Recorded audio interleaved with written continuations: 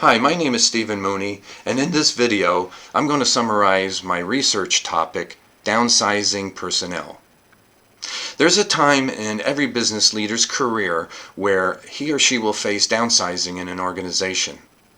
Worldwide, companies lay off and shed jobs each day. Downsizing is an essential business strategy if properly conducted. It's a part of the company's restructuring process that often includes layoffs. Because human resources are considered to be the company's most valuable resource, critical management decisions to downsize should not only be tailored to protect the company, but also to protect the well-being of its employees. A downsize can result from economic downturns, facility and branch closings, adverse marketing conditions, technological changes, or competitive maneuvers, for example. Downsizing defined is reducing the size of a business to improve its financial performance. Unfortunately, reducing the size can also reduce the company workforce. Downsizing can be an effective strategy because it can reduce costs and makes a workplace more efficient. But research has shown that performance and productivity decreases, including decreased customer satisfaction and adverse effects on employees. When employees exit, organizations struggle by losing valuable human resources, and its remaining employees lose trust with management. They're less motivated and insecure with their jobs. Left alone, these results can lead to long-term problems and the likelihood of bankruptcy. Many of the negative effects leading up to downsizing is because of poor management and leadership performance. Usually it's the organization's top management and leaders that fail to see the problems early enough to prevent downsizing. There are right ways and wrong ways to conduct a downsize. Downsizing is a difficult process, and employees can get caught between the crossfire. Downsizing human resources is a life-affecting decision that involves employees, their families, and other stakeholders. Employees that become unemployed may have feelings of uncertainty, anger, and helplessness, while the retained employees can feel distrust towards management and demotivated.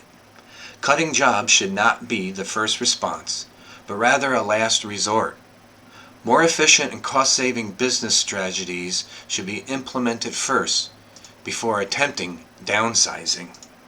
Some alternatives could be to offer early retirement, a hiring freeze, eliminating overtime, training existing employees for redesigned jobs, a salary reduction, temporary layoffs. You could also incorporate dropping a product or a service. These ways will help reduce mass layoff. A wrong way to downsize is to cast fear and uncertainty by leaving employees in the dark.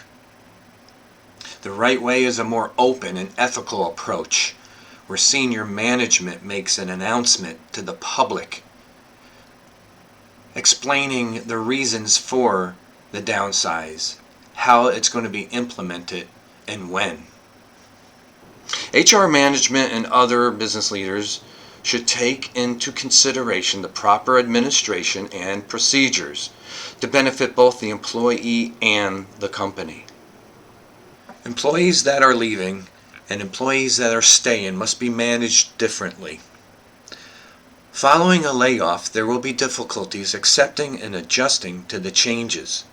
Emotions are mixed, stress is high, and the remaining employees are taking on more tasks and job duties. People are being watchful and assessing how their former co-workers have been treated and the way management is handling the restructuring. They are wary that they could be next.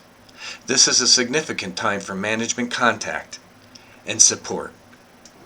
Leaving employees should be offered some sort of severance package, maybe a job placement opportunity, and employee assistance such as continued health care benefits and insurance. A written policy and procedures manual should be available to determine who stays and who leaves. Having written policy and procedures in place will not only ease the uncertainty and fear that's in the employees, but it will also thwart any kind of unlawful termination or discrimination liability claims that could arise. Legal trouble can put a tremendous cost on the company and can undermine the downsize operation. Communication early on is important during this transition period, and a well-informed and empathetic business leader will be best able to get the follower support needed to successfully implement changes. Resolving employee matters concerning the downsize can greatly reduce any morale issues that are being exhibited. The role of HR managers is being the ambassadors for the organization. They keep communication lines open, asking questions and offering feedback to build working relationships and understand the surviving personnel's concerns. Rumors, unanswered questions, and resentful emotions create a negative workplace and climate. This may lead to job insecurities and potential turnover. A manager is only as good as those that are managed, and managing people during a downsize is a complex process. Change can cause resistance, and acceptance comes from following an ethical and empathetic leadership approach. Supporting personnel throughout the downsizing experience will produce better results, strengthen credibility, and relationship bonds. It will also revitalize the remaining workforce and ultimately improve productivity and security for both the organization and its human resources. I hope you enjoyed my summary of downsizing personnel and was able to take away a little bit more than you might have known before. Thank you very much.